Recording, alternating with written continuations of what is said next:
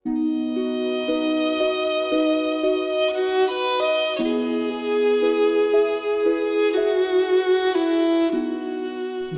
विधान ताकू किए कौन केबे बदलाई पारिब।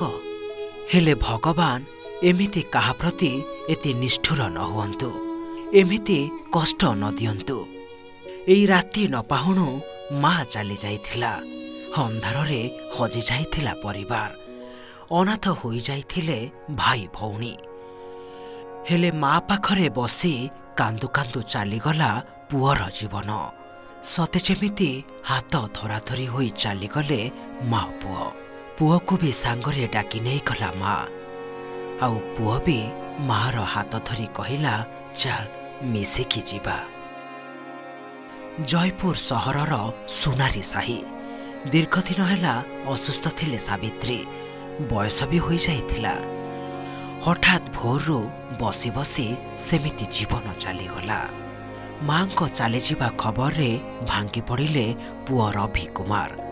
छाती को पथर करी साही पड़िशा संपर्कियों को जणाइले, हेले कोह संभाली पारिलेनी।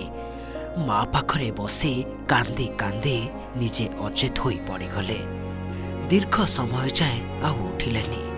माँ को परलोक दुखरे रवि कुमार को हृदघात होईगला। घरे एबे एकमात्र झियो जहांको बयस 58 वर्ष। तेबे से मानसिक अनग्रसर। माँ पुओं एकाठी निधन परे झियो को नहीं चिंतारे साही बासिंदा और संपर्कीय। सकाल आम शुणा पाइलु माँ तांकर काल हो गले बोली से कहला, तो आसिक जनइले आमको। तो आम आसिलु माँ काल हो गले पाप किए ना हेल्ले आसिलु देखला माँ काल हो सब जाक साइड जनइबार अच्छे जनइलु।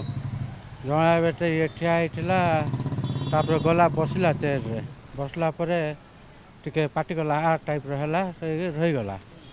कौन है बोला देखला बेलू तार जीवन भी पलैला। माँ पुओ झील टिके मेंटल टिके हाँ, तो चलबार बहुत कष्ट। पेंशन कौन टिके मिलूला।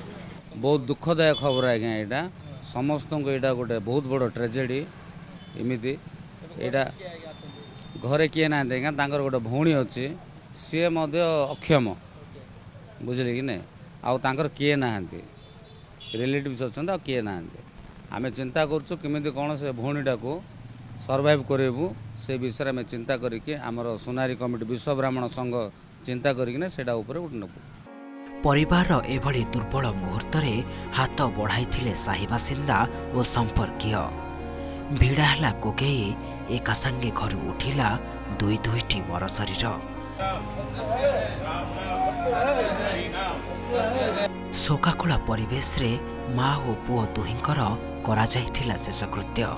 सावित्री परिवार गरीब सह घरे अविवाहित वयस्क झियो थिबारु सरकारी नियम अनुसार सहयोग कराजियो बोली कहिसंती जयपुर उपजिलापाल। हमारा टीम एबे संग संगे इंक्वायरी करूछंती। तांको गवर्नमेंट तरफ जो बेनिफिट से पाइबार अच्छे आमे तांको सबू एक्सटेंड करिवो। हरिश्चंद्र योजना हो से अनमैरिड अच्छंती तो अनमैरिड पेंशन और डिसेबिलिटी अच्छी तो से संगे संगे एसएससीपीडी टीम सेटा भी वेरीफाई करूछंती। से भी डिसेबिलिटी बेनिफिट्स भी से पाई परिबे तो सेटा भी आमे एक्सटेंड करिवो। और एलिजिबिलिटी देखी कि यदि से एनएफबीएस रे एलिजिबल अच्छे तो से एनएफबीएस बेनिफिट्स पे आमे तांको एक्सटेंड करिवो।